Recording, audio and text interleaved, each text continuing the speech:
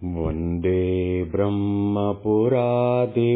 श्रीसहजानन्दं च मूलाक्षरम् श्रेयस्कारणसद्गुणैकनिलयम् श्रीप्रागजिह्वावत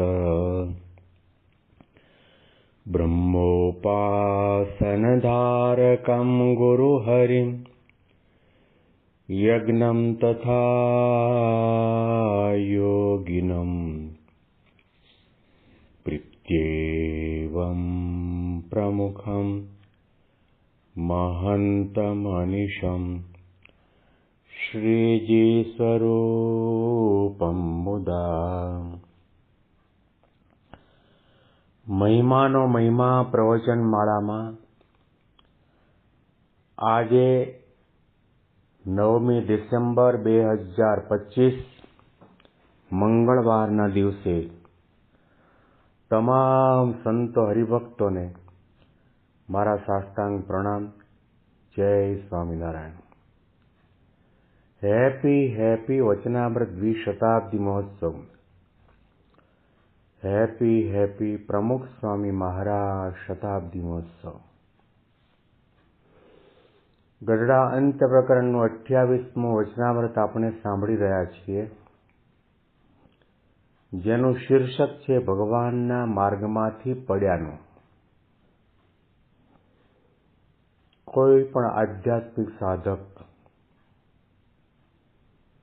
એના મનમાં દ્રઢ સંકલ્પ એવો હોય કે હું વ્રત કરું, દાન કરું, યજ્ઞ કરું, ભક્તિ કરું, સેવા કરું, સત્સંગ કરું, નિયમ ધર્મનું પાલન કરું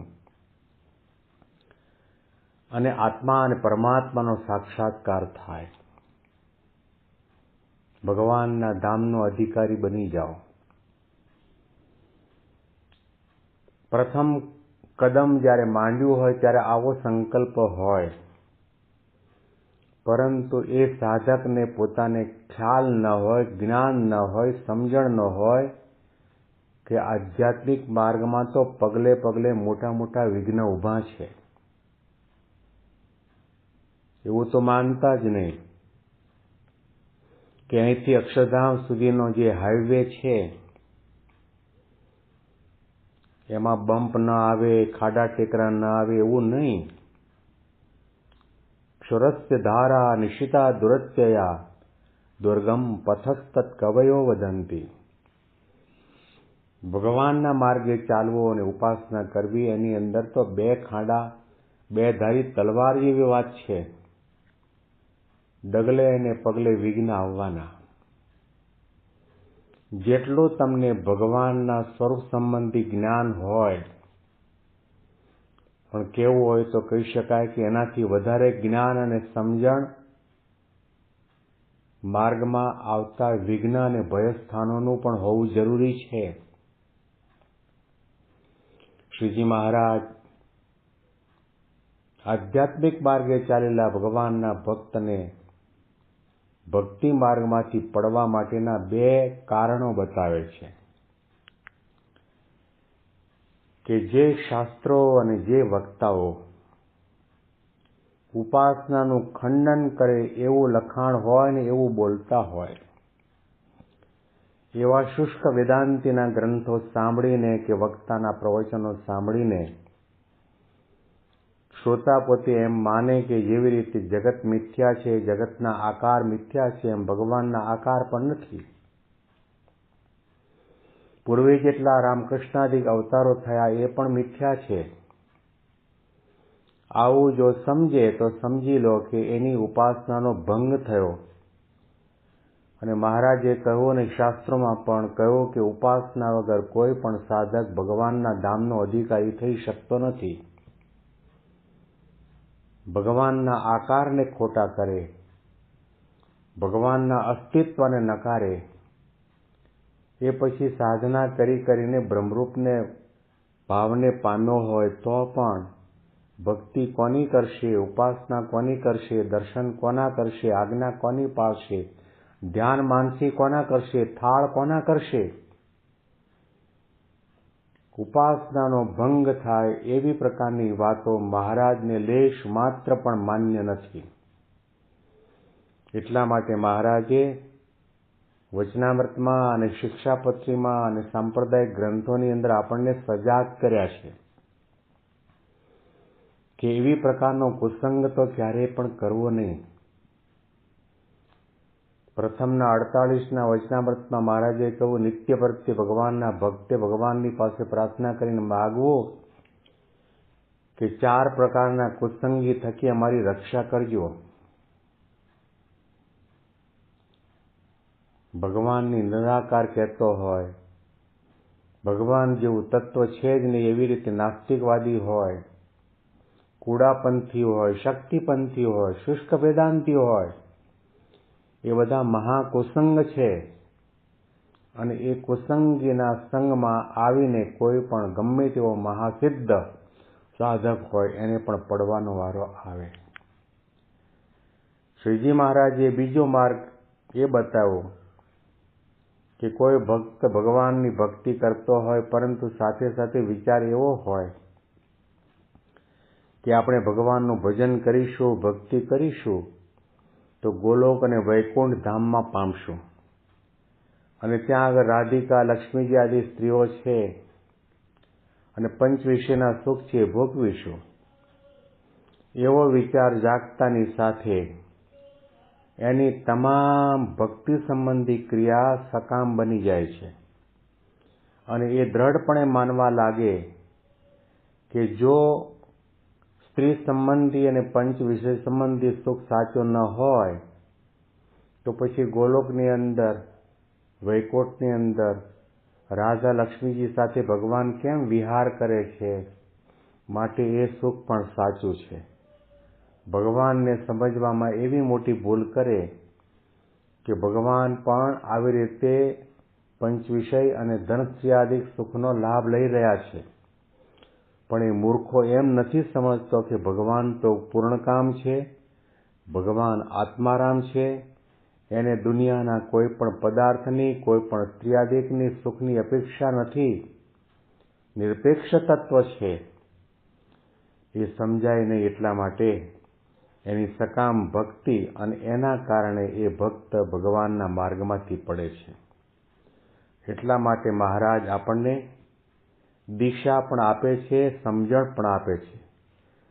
તે સારું જ્ઞાન વૈરાગ્ય સહિત ભગવાનની ભક્તિ કરવી અને ભગવાનના સ્વરૂપને જેણે એમ જાણ્યો હોય જે સર્વ સુખમય મૂર્તિ તો એ ભગવાન જ છે અને બીજે પંચ વિષયમાં જે સુખ છે તે તો એ ભગવાનના સુખનો કિંચિત લેશ છે. એમ ભગવાનને મહાત્મ્ય સહિત જે સમજ્યો હોય તે કોઈ પદાર્થમાં બંધાય જ નહીં અને ભગવાનના ધામના સુખ આગળ બીજા લોકના જે સુખ તે તો નરક જેવા છે એમ મોક્ષ ધર્મમાં કહ્યું છે. આવી રીતે ભગવાનના ભક્તને સમજવું અને એમ ન સમજે તો એ 2 પ્રકારે કરીને ભગવાનમાંથી પડી જાય છે. જ્ઞાન અને વૈરાગ્ય સહિત ભગવાનની ભક્તિ કરવાનો આદેશ મહારાજે આપ્યો છે.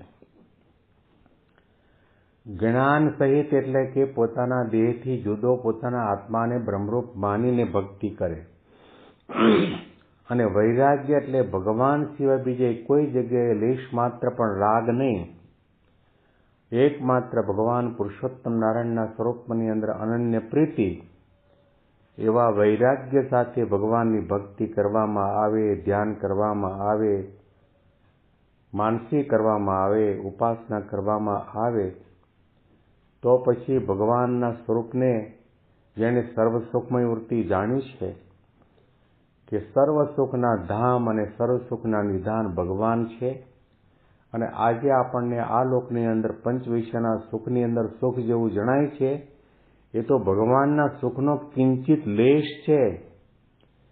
એમ ભગવાનના મહિમાને સમજ્યો હોય તે કોઈ દિવસ કોઈ પદાર્થમાં બંધાય નહીં અને ભગવાનના ધામ આગળ, ભગવાનના સુખની આગળ અનંત કોટી બ્રહ્માંડના બીજા લોકના જે વિષય સુખ છે તો તે કેવા કયા છે? નરક તુલ્ય કયા છે. એમ મોક્ષ ધર્મના અધ્યાયની અંદર આ વાત કરી છે. માટે ભગવાનના ભક્તે એમ સમજવું, મહિમાનો અખંડ વિચાર કરવો, ભગવાન શું છે, ભગવાનનું સુખ શું છે, ભગવાનના તત્વનો શું મહિમા છે, અને આ લોકનું સુખ કેવું દુઃખદાયક છે, નાશવંત છે, ક્ષણભંગુર છે, દુઃખ દેનારું છે, જન્મ મરણ લેવડાવે તેવું છે, એવું સમજાણું હોય તો પછી ભક્ત ક્યારેય પણ સકામ ભાવે ભગવાનની ભક્તિ ન કરે અને ભગવાનને ક્યારેય નિરાકાર ન સમજે, ભગવાનના આકારનું ક્યારેય ખંડન પણ કરે પણ નહીં અને સાંભળે પણ નહીં અને વિચારે પણ નહીં. એટલા માટે મહારાજે આપણને સુગમ માર્ગ બતાવ્યો છે. ગુણાતીતાનંદ સ્વામીએ પોતાની વાતમાં લખ્યું કે આ લોકનું સુખ અને ભગવાનના ધામનું સુખ એની વચ્ચેનો ભેદ જો ન જાણ્યો હોય તો ગોળ ફળ એક થઈ જાય.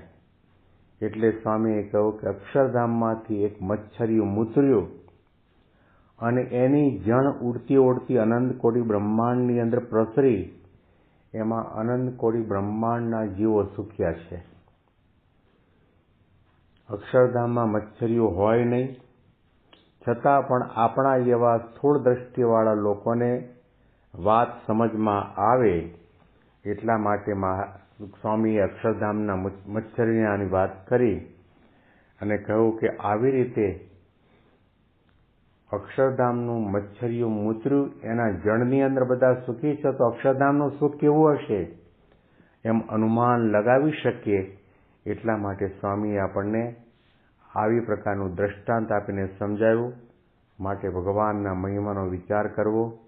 ભગવાનનો મહિમા એટલે સર્વોપરી ભગવાન, ભગવાનનો મહિમા એટલે અનંત કોટી બ્રહ્માંડના કરતા હરતા છે એ વિચાર, ભગવાનનો મહિમા એટલે અંતર્યામી, સર્વજ્ઞ, સદા સાકાર, દિવ્ય અલૌકિક મૂર્તિ, ભગવાનનો મહિમા એટલે પ્રગટ